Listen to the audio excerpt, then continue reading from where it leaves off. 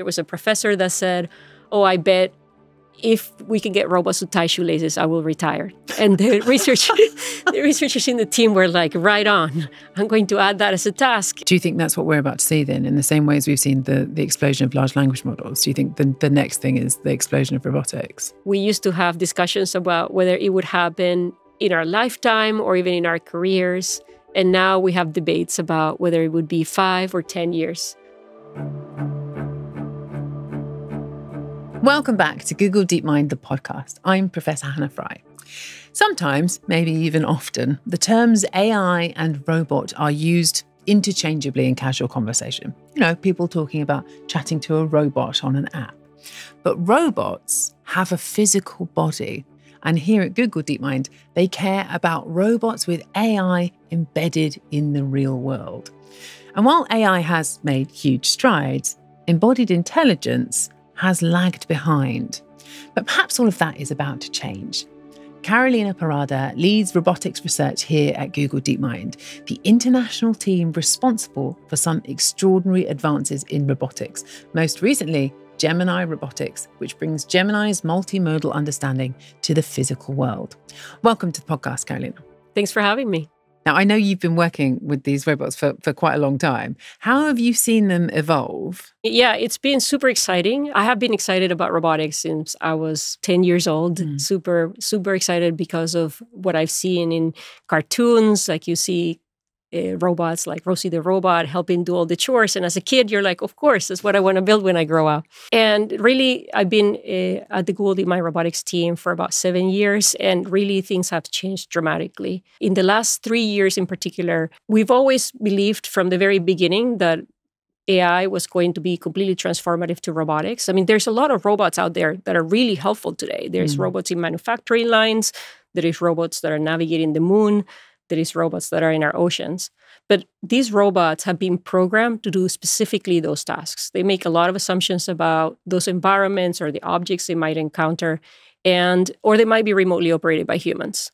But we have believed from the beginning that AI is the way to transform robotics so that we can build robots that are truly intelligent, so that they can interact with you, that they can reason about their environment, and they can take action in a way that feels very general. So that has been our mission from the start. And so I think 3 years ago, you had robotics in your podcast. And back then, we were doing reinforcement learning for robotics. And so essentially, we were teaching robots to stack blocks by giving them a simple reward, like a +1 if your tower got taller.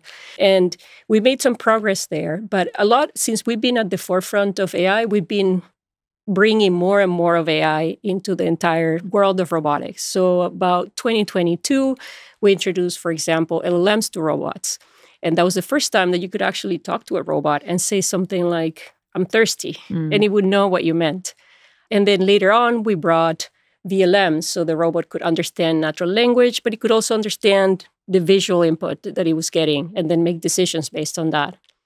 And then in 2023, we introduced robotics transformers. And this is the first time that the transformer architecture was actually included in robotics. And it basically showed us that robot performance scales with data. And that essentially started a new foundation or a new era of large-scale data-driven robot learning. And then more recently, we introduced just now Gemini Robotics, which is essentially our most advanced model for actions. And it essentially takes the multimodal world understanding of Gemini and brings it to the physical world by adding actions as a new modality in Gemini. And that really enables models to be very general because it's understanding the world through Gemini's understanding, and enables it to be interactive. In fact, it can understand any language that Gemini supports, and enable it to be dexterous. So it can still do very complex manipulation while talking to you, and also understanding a completely new situation, which today is actually very hard for robots to do. In terms of your big goal, your big ambition, how will we know when we get there? I think it's definitely going to be gradual, where robots are able to understand a new situation and reason about something they need to do that they haven't seen before. And that's exactly what we're seeing right now. But it's still going to be difficult for them to learn more and more complex tasks. In fact, that's what we see. The robot can feel sort of like a 2-year-old toddler that can understand its world around it. It can start to play with objects. It understands concepts.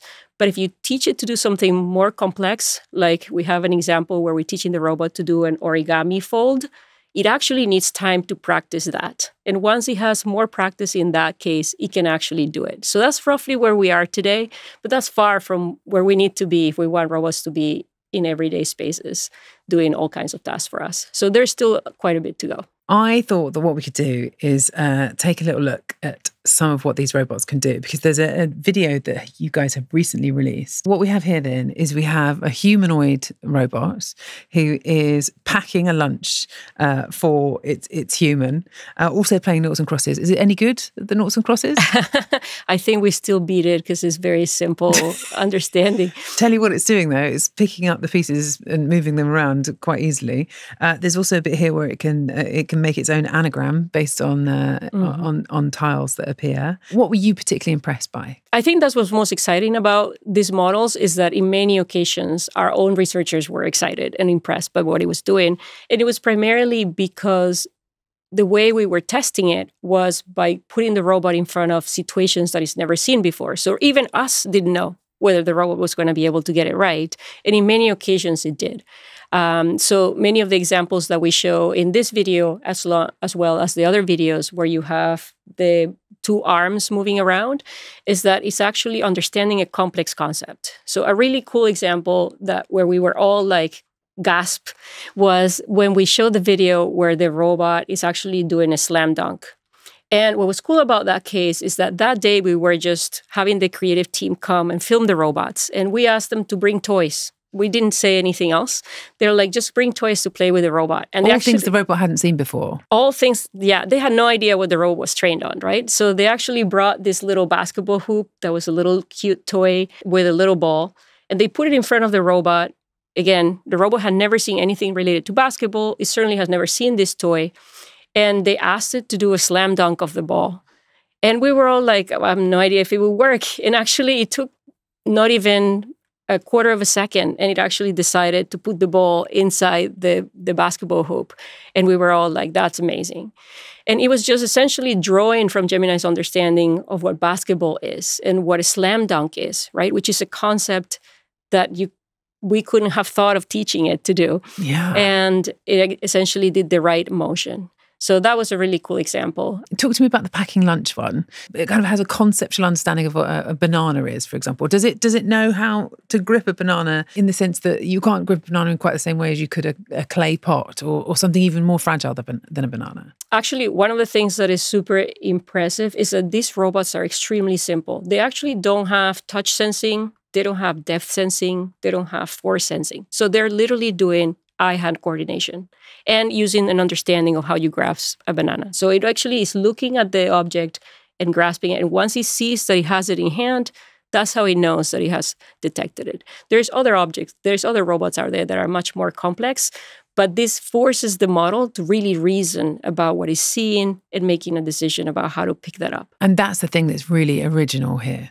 Yeah, that is one of the many things, is the fact that it's doing it not just because we taught it 1,000 times how to pick up a banana, is because it's pulling this out of its understanding of how to pick up objects from Gemini and then adapting it to the world of actions. I mean, there have been lots of videos doing the rounds on the internet for a number of years of extremely impressive looking robots doing backflips and, I don't know, being kicked over and sort of running up and down mountains and things. In comparison to those videos, picking up and putting down a banana, into a lunchbox seems like quite a simple task. But we're talking about a different type of robot here, aren't we? Yeah, I mean, this is a completely different problem you're trying to solve. Many of those videos are basically rehearsed sequences that the robot has learned and memorized, and we're actually very impressed by them. But it's a different problem that you're trying to solve. What you're trying to solve here is for the robot to reason about what it means to pack a lunch, given the objects in front, what it needs to do in order to put a piece of bread inside of a bag, and then what it means to close it. And it's never going to go as you expect because these are very flexible things that move around. So it needs to react and respond to what's happening and then actually complete the tasks. It's that idea of generality. That's right, yeah. How do you decide, or how do you compare one robot against another? How do you decide whether this robot is doing generality better than another? That was actually one of the things that was hard for us to express when we were even recording for the demos in this release. A demo is by definition scripted. So we were like, this doesn't quite capture what we want to share. So what we did, that's why we asked the team to bring a bunch of toys and actually start playing with the robots and see what emerges. And the best way to capture it is that we're able to change the behavior of the robot by talking to it. And you can see that in the videos. We're actually able to put objects that it's never seen before, and we move object around to make sure that people understand that this is actually not a prescripted behavior. In fact, in our benchmarks, we evaluate our models in all kinds of ways in terms of generalization. So we will change the visual background. We will change the background. The objects were new. We will add objects to distract the robot. We would also ask it to do completely new things, or even you can talk to it in a different language. So I could just give it the instruction in Spanish and it would just actually work. I wanted to talk about interactivity too, because in a few of your videos, there's one where a human is sat at a desk and the robot is kind of clearing up after him as he goes. In another, you've got a human moving a cup around and the robot's sort of chasing it, trying to put an object inside. How much more difficult are those interactive scenarios than just a static task? The significantly more advanced behavior, and a lot of the interactivity sort of just fell out of the model. We were not thinking, for example, how fast can we move these objects before the robot would react. We certainly knew that we wanted a model that could react quickly, but a lot of these examples that we posted on videos just fell out of people playing with the model and seeing how it would behave. Same with organizing the desk. That was actually someone playing with the robot, deciding to see how much it could game it until it actually was able to complete the full task. So it actually is amazing to see how a lot of these other capabilities that are already there in Gemini are actually extremely valuable when you bring them into a robot, which is now able to adapt based on what you're saying. So you could actually have a full conversation and change the behavior of the robot as it's moving. So you can say, I want you to do this. Oh, no, actually, never mind. I want you to do this other thing. And it would actually just follow you. It's actually kind of comical. And then you could also change the objects around and it will just do it.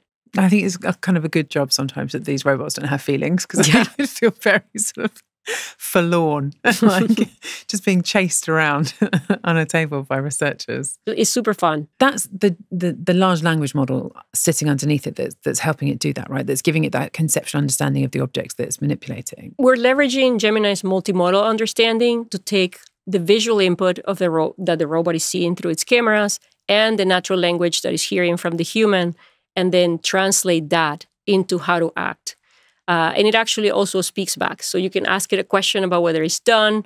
You can ask it a question about how far it is in the process of folding an origami figure. It actually understands that and can respond. I remember when Gemini was first being launched, and there was sort of people went to great lengths to talk about how it was multimodal.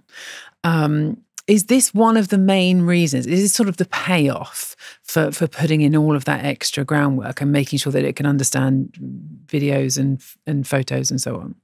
I mean, one of many. I think as humans capture the world through many different senses, right? So I think it's super important, if you want to build an intelligence as powerful as our brains, to be able to take input in a multimodal way. And definitely robotics is a perfect example where you can see that it absolutely requires to have understanding of natural language and visual input, and presumably in the future also touch sensing in order to make decisions about how to act, the same way humans do. Why does it matter, though, that robots should have a conceptual understanding of what they're doing? I mean, okay, maybe you wouldn't call them intelligent, but there are robots like, I don't know, dishwashers or like lawnmowers, right? That don't have a conceptual understanding of what a plate is or what grass is. I mean, is it actually necessary? I'm sure that there's applications where you can have a robot that can just repeat the actions and it will be just fine. But we're interested in actually building robots that can really reason and act in a very general way. Just because the world is really messy. Things will never go exactly according to plan. And there's a lot of tasks where things are constantly changing. And it actually just opens up the opportunity of applications for these robots. They could literally be anywhere that a human could be doing a task. So that enables them to be helpful in home environments, but also in manufacturing environments. There are some things that are important in robotics that I think now with the sort of standard Gemini actually are quite easy. Things like pointing or drawing bounding boxes. Just explain to us what those are. Well, basically, this is one of the areas that we actually had to improve Gemini in order to help with robotics. If you have, for example, an object in front of you, what we mean by pointing is that I can literally identify any point in that object. So I can say, imagine that you have a t-shirt in front of you. If I point to the color, it should say this is the color. Or if I say color, it should identify where the color is. And you might imagine that this is not that important, but actually, if you're trying to fold that t-shirt, you need to know where the color is, where the bottom of the t-shirt is, and all of the different components. Bounding boxes, what it means is that you can identify all the edges of that object so that you know where the object ends and the rest of the environment begins. So these kinds of examples are, I think, trivial for us humans. We don't even think about it.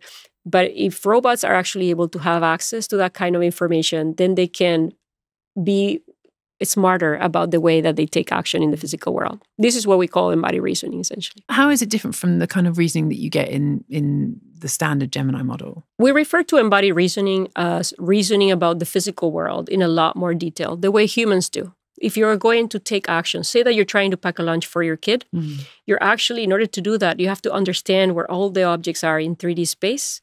Then you need to understand how to grasp each object in order to pack it into that box. And then you need to figure out how to organize all those pieces so that they fit.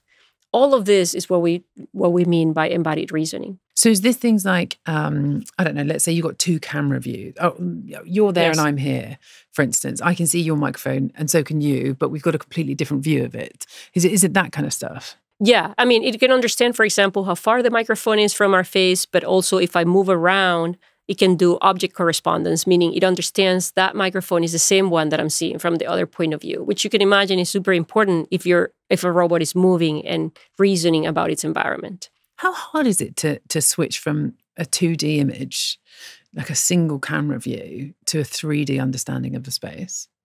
So actually, today, what robots are doing is that they're taking camera views from different places. So actually the robot has cameras in its wrist and has a camera on top. And it has actually taken all of the inputs from the 3 images and doing this on its own. It's actually reasoning, oh, I'm closer to the object because now this camera looks closer. This camera, I can see my hand. And it's doing all of that association on its own. So we're not explicitly adding depth as a additional input. We're just giving it multiple camera views and is realizing how to use them in order to understand depth. And how much of that was you deliberately setting that as a task for the robots? Or how much of it sort of emerged from the conceptual understanding that you get from the Gemini models? It simply emerged, actually. So we were able to give it multiple cameras and just see if it actually could reason between them. That's got to be quite shocking. Many, many people must have spent many, many years thinking very hard about that problem of how do you align different camera views to make it so that you're tracking an object across different angles. And then all of a sudden, you get these large language models, like Gemini, and it can just do it automatically. Yeah, I mean, it's actually wonderful to be able to leverage these models to bring simplicity to the system. You really don't need to have all of these different stages that you extract depth, only then you extract where the objects are, and only then you plan how to move, and then only then you're able to do the task. And that's because the foundational model is effectively like a Swiss Army knife, like it can do all of the things simultaneously. Yes, exactly. And it can reason between them, right? Okay, so you enhance the physical reasoning almost. Exactly. You enhance physical reasoning and spatial understanding, and then motion understanding would be the next thing, is understanding what would happen if I put a glass at the edge of the table, what's actually likely to happen. All of these areas is the areas that we enhance. But that's not enough. You actually have to take it another step and essentially start to teach Gemini the language of actions. And actions for us means understanding how you are actually moving each joint in a robot. So if this is my robot arm, then I'm teaching Gemini how to move the robot, how to move my arm like this. And these are all essentially numbers, right? And it's learning to translate what it means to pick up a glass versus move my arm in order to pick up a glass. And so you're essentially teaching it a new language. You're connecting those different ideas. Exactly. Can we think of this as two systems working in tandem then? I mean, I'm thinking of the analogy here of system one and system two, the Danny Kahneman thinking fast and slow thing. Yes, exactly. So essentially the model that we built actually has two models. It has a system that is slow, but very powerful at reasoning and thinking, and a system that is faster, but very, very good at reactivity. So this is the concept of slow and fast thinking. This is like how human brains work, right? Like that you have the kind of the part of your brain that's very good at calculation and analysis, and then you also have your very instinctive, reactive side too. Yes, that's right. In fact, what we do today is that one of these models is much bigger than the other, as you can imagine, and it actually lives on the server. And the fast model lives on device, and it can respond very quickly. Talk me through how this works then, in terms of the system one and system two, and that example of a slam dunk, something it's never seen before. How does it work? What happens is when you ask the robot to take the basketball and do a slam dunk, the system two has to understand what that means. You know, what is basketball? It has to understand where the objects that are in front of it are, like where the basketball is, understand there is a hoop, and then that a slam dunk actually means picking up that ball and putting it there. So it understands all of that and predicts a rough trajectory of what the robot should do in terms of how it should move, and then hands that over to the system one, which is on device and is able to take that trajectory, but it also takes the visual input and is able to adjust that trajectory. So if I were to, for example, get in the way, put my hand in the middle, or move the object around, it would still be able to respond because it already understood the concept of what a slam dunk was and respond very quickly. Why do you need two systems at all, though? Like, why can't you just use the slow, clever one? We could actually just use the slow, clever one, but then it would actually be significantly visually slower, and it won't adapt as quickly to changes in its environment. And that's important, especially if you're doing something where the objects will move around. So if you have, for example, imagine when you're folding a T-shirt in the air, which as humans do pretty cleverly, you're actually moving this T-shirt and things are moving for you in ways that you don't predict. So you need to be able to respond quickly in order to actually complete the task. So you need definitely a fast system. And the slow system simply enables us to do much more complex reasoning. So you could also just live with a small system if you could do tasks that don't require advanced reasoning. Was it a direct copy of how things work in the human brain? I mean, you know, the Daniel Kahneman work comes back to 1970s or so, right? That we've understood that that's how the human brain works. Was it a direct? No, not at all. I think we started definitely with the slow system, as you said. Why don't we just solve this with one model? And we found that actually, if you want to do highly dexterous behaviors with complex or any kind of complex manipulation, you need to respond quickly. And that was the best combination that we could find. Wow. It's almost like evolution is a really good optimizationist and finds really good strategies for like quick but clever things. Yes, definitely. It was surprising to us that combination just worked. I do think that there's sometimes where the human body knows stuff before your brain does, as it were. You know, like you can catch a falling glass without thinking, or you can commit things to muscle memory, like, you know, playing a piano where you can actually just be thinking about completely different things. Are you seeing similar things with the robots, that they almost have a physical intelligence that's separate from the slow, clever system? So we definitely see that if you take the model that can reason and you give it a lot of examples of a particular task, it will get really, really good at that task. But at the moment, if you do too much of that, it will start forgetting some of the generalization. Oh. So this is an active area of research, is how do we enable the robot to get really, really good at a task, like a really extremely difficult one, and then not lose any of the generalization. So it actually right now is a balancing act. I mean, in some ways that does happen with humans too. Like I know some people who are really, really, really, really, really good at maths and terrible at tying their own shoelaces. I think that does happen. They forget. Yeah.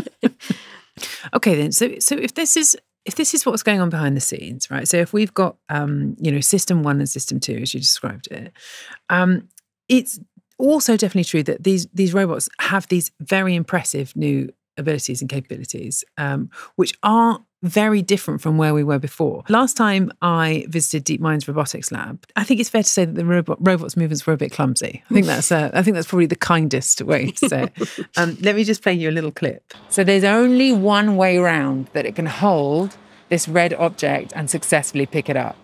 And it hasn't worked out which way. And unfortunately, every time it tries to rotate and pick it up, oh, hang on, I think it's got it. It's got it.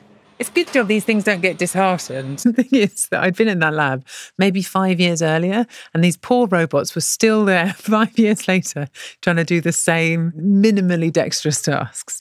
What changed? Because I understand how having Gemini, the slow, clever system, could improve the conceptual understanding of things. But that doesn't change the dexterity. It doesn't change how easily it can manipulate these objects, does it? Yeah, last year we spent basically all of our effort on tackling dexterity. And this is still an area of active research. But there's a couple of things that change. One is that we realized that if we can enable humans to show the robot how to do very complex behaviors through teleoperation or puppeteering. What this means is that you give the human an extra pair of arms, like robot arms, and they can actually pretend to be the robot and show the robot how to do the task. And if that becomes really intuitive, then you can capture a lot of data of the robot doing the task, being teleoperated by a human, but it's robot data. So let me understand then. So the human is wearing maybe like a head cam. Yes. It's quite literally pretending to be the robot then. So it's sort of operating the robot's hands with its hands, wearing the head cam, watching what the robot would be watching, but doing the task as it wants the robot to do. So there's different teleoperation examples. One is where you actually sit in front of the robot, so you have direct visibility to what the robot is doing, and you move the robot arms. Literally, you're puppeteering the robot. And there's other examples where you put a VR set and gloves, and actually you pretend to be the robot and you move this stuff. And that required a second component, which was diffusion models. And these are the same models that actually get used, for example, by Imagen in order to generate videos. And essentially what it's doing is extracting from a lot of data, a lot of examples of doing that task, and predicting the actual action trajectory that it needs to do in order to do that task. So when you combine those two with a clever transformer architecture and a good data set, you can actually learn anything. And that was actually really, again, surprising to the researchers. That's when, for example, we discovered that we could tie shoelaces, we could fold laundry, we could do origami. And so what we did in this work is that we combined the powerful reasoning module from Gemini with what we had learned around being able to do dexterous tasks. Do you remember when you realized that these kind of properties were emerging? I mean, it must have been a bit of a shock. I think the first time was when we saw the robots actually tying shoelaces. We were like, that's not possible. In fact, when the researchers set up this task, they actually did it to challenge themselves. They're like, I think there was a professor that said, oh, I bet if we can get robots to tie shoelaces, I will retire. And the researchers in the team were like, right on, I'm going to add that as a task. And so they actually did. And they were surprised when he was able to do it. I don't know what happened, whether the professor actually saw the video and decided to retire, but it was certainly, the inspiration came from there. And we just continued to add tasks, more and more tasks. Same with the origami example. We were like, we have no idea if this is going to work, but let's try it. And it actually was surprisingly good at it. And it's actually really delicate. It has to actually fold every piece, part of the paper, and it has to do it in the right sequence. If anything goes wrong, it sort of loses its way and has to restart. Same as if a human was doing it. I remember the very first time that I got to interview Demis, he was talking about Moravec's paradox, this idea that there are the tasks that are easy for humans are hard for machines and vice versa.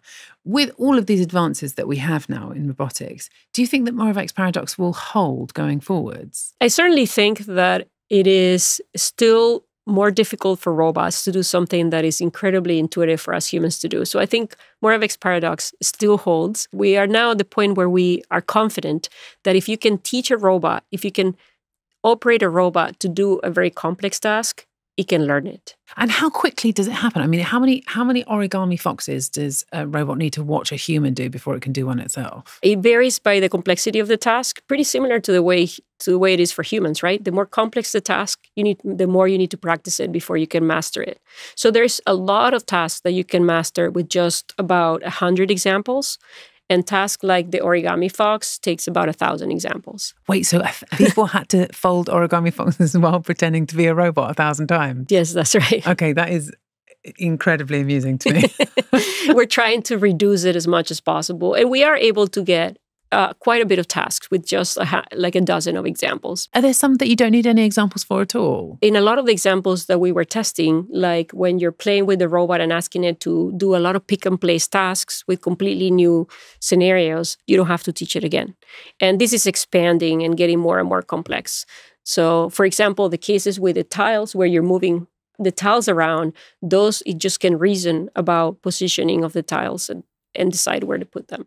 Okay. What about the packed lunch? That one is more complex because, again, in that one, you are actually doing a long sequence of tasks, about 5 minutes of task, and you're actually picking up very deformable things like the Ziploc bag and doing very delicate stuff. So the more delicate the task, the more likely it is you need to see examples in that task. So if these robots are having to see examples, does that end up impacting the generality of it? Only to a degree. So one thing that we make sure that we do is that we collect data in thousands of examples without doing a very large emphasis on any new task. Mm-hmm. If you do want to do the origami task, we simply specialize it for the origami task, and that does affect the generalization of the models today. We're hoping to get to a state where you basically can teach it any new task, to master any new task, and the generality remains intact. But today is a trade-off. So in the dream world, you would be able to say, I don't know, fold me an origami boat, right? And it would be able to do that just from everything that it understood before.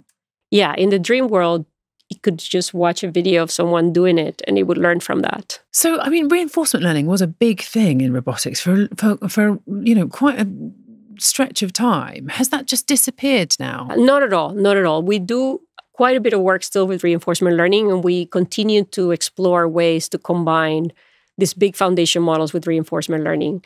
First of all of the work that we do around whole body control, like if we have a humanoid that is walking around or a quadruped, they're all using reinforcement learning to learn how to walk around. Because it's very easy to say fail when you fall over. It's a very mature technology, and you actually can learn it all in simulation. So it doesn't need to fall in order to learn. So you can learn it in simulation and then transfer it to the real world. One example that we had on this was a recent paper called Demo Start. In Demo Start, you basically show the robot how to do 5 different examples. Mm-hmm.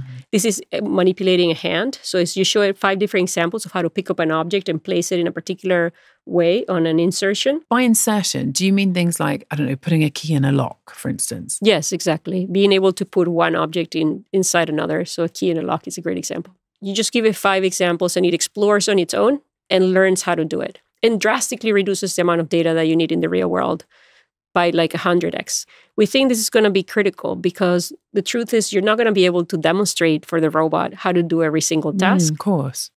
Some of the tasks are going to be complex and they won't be able to extract that directly from its knowledge of the internet. So it's like going to have to explore. Doing surgery, for example, maybe. Yes.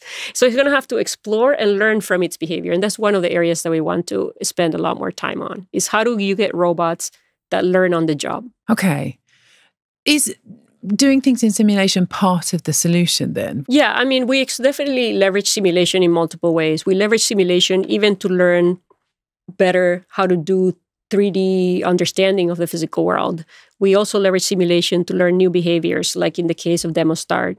But yeah, when we talk about reinforcement learning, it is not always in simulation. You can also do reinforcement learning to learn how the robot is doing in the real world directly. So we do it in both cases. And simulation is a critical component. Does it work though? I mean, isn't the real world a bit messier than simulations? Yes. So there is things that are actually much harder to do in simulation first. For example, anything that has to do with deformables, simulating folding that t-shirt in the air is actually extremely hard. Simulating fluids is really hard. So there's some things that are just easier learned in the physical world. and some things that you can learn at a much larger scale in the simulator world. And does one translate to the other? I mean, if you do the learning in simulation, I seem to remember actually, maybe this is like, I don't know, 8 years ago or something, but there was one robot that was trying to get a ball in a cup. And it could do it in simulation. But then once it came to the reality, all sorts of other factors came into play. Maybe the lighting of on the camera angle, the exact dimensions of its own limbs. I mean, all of that kind of stuff starts to mess with the numbers, doesn't it? Yes, definitely. We still have, that's what we call the sim to real gap. And we still have the sim to real gap. It certainly has been reduced significantly. When it comes to modeling interactions between a robot and the world, which is really messy and complicated, is still a problem. We still have some sim to real gaps. Essentially, what we end up doing is identifying areas where it is easy to simulate and we can actually see sim to real transfer, and we do quite a bit of that in simulation, and areas where it's actually simpler to learn in the physical world. So we combine the strengths of the two. All of these examples that you're giving are really in lab settings. I'm trying to think of the situations in which you would really want a robot to be there, maybe after a natural disaster, for instance. How does it work taking this stuff out of the lab and then putting it out into the real world? What are the additional complications that you need to handle? Definitely, all of our research right now is still happening within our labs, but we're super excited about the potential of bringing this to the real world. And there's a lot of additional things we need to think about to do that. Certainly, we're already thinking about the aspect of safety. When you bring this, actually, AI is actually moving physically robots outside and changing the world, you want to think about all the safety aspects.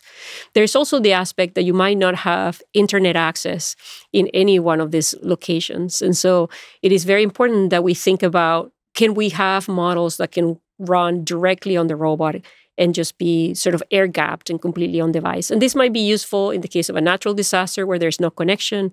It might be useful for applications where there is actually a lot of latency critical components, like it has to respond very quickly and cannot wait for sort of a server connection. Give me an example.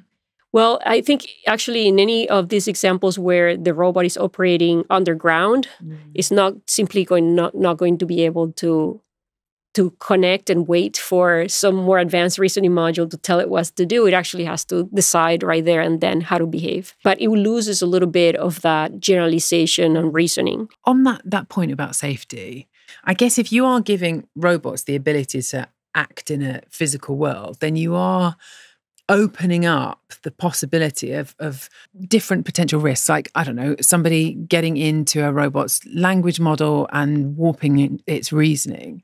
How do you mitigate against those sort of risks? We essentially have a pretty comprehensive safety and security approach that actually goes in multiple layers of the system. Definitely, we think about software security as critical for this robot so that no bad actor can actually interfere and actually take control of the robot. And in terms of safety, it happens at many different levels. So actually, safety for robotics has been there for decades. There's quite a bit of work on making sure that a robot doesn't collide with its environment or doesn't put too strong impact forces on its environment, or it actually walks stably. And the Gemini robotic models can actually just seamlessly interface with any of those safety critical controllers. The other thing that we do is that when you have an AI controlling a robot, you now have to be thinking about semantic physical safety. And what I mean by that is, like, if you actually decide, if someone asks you to put the glass on the table, you're not going to put it right at the edge when it's about to fall. You're going to put it actually somewhere in the middle. Or, for example, if you actually see that there's something on the floor, you might want to pick it up so that it avoids someone falling or tripping over it. The way we've done that is that we're actually introducing a new data set called Asimov dataset, which essentially contains a long list of scenarios that the robot could encounter and how to reason through those. And these are all physical safety scenarios. And it's inspired by essentially Asimov's 3 laws. The first one is a robot may never hurt a human or cause a human to come to harm by inaction. The second one is that a robot should always follow human orders unless it conflicts with the first law. And the third one is that a robot should protect its own existence unless it conflicts with the first and second law. And it was this very comical situation where a robot was stuck between the three different laws.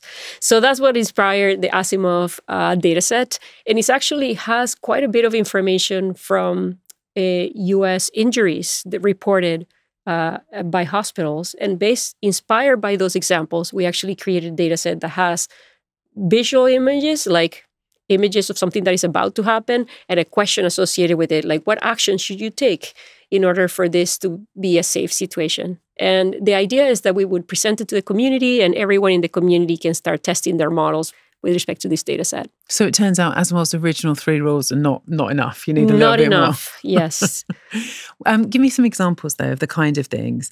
Some of the examples that we've seen there is like you cannot put a stuffy plushie on a hot stove, which is something that I wouldn't have thought about making a law about that. But certainly it has happened, and therefore it just comes out in the data. Then are we back in the same problem of you're never going to be able to create an exhaustive list of everything that it shouldn't be able to do? I think that it will be really hard for a human to sit down and create the perfect law. So part of what we're doing here is leveraging AI to actually understand a broad set of injury situations that have happened in many different countries and then transform that into a better, more succinct list.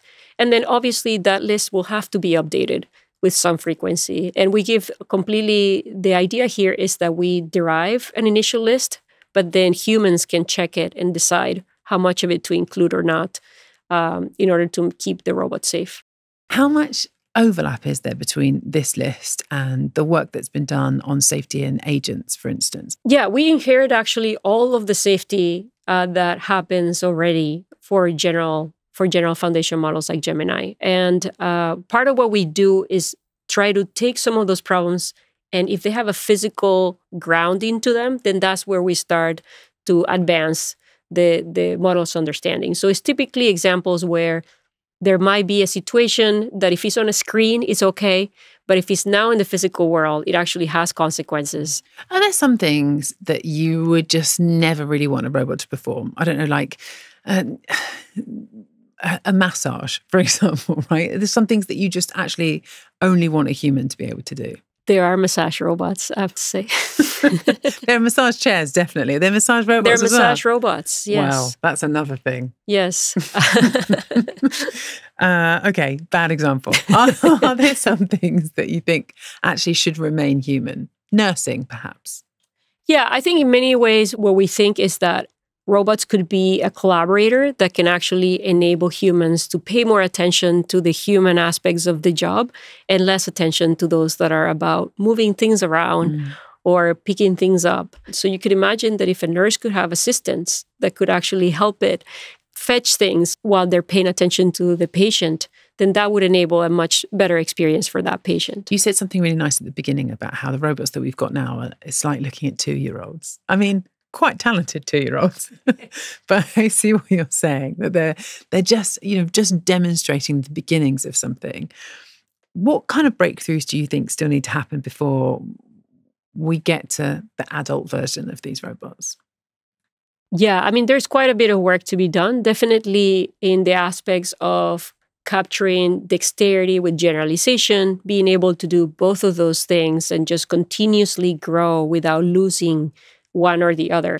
The other key area is that you want these robots to learn on the job. There's no way these robots are going to learn everything they need to learn in the lab and then you put them out and they just work. I think the reality is that you will put them out, they will experience new things, and you want them to learn from those experiences and get better and better over time. So that's another area. Also, robots that are more social. I think certainly all of these foundation models enable robots to have a lot better understanding of semantics and the world, but they still lack social skills. They still cannot read body language. They cannot understand how to behave in a very cluttered space, like a cocktail party.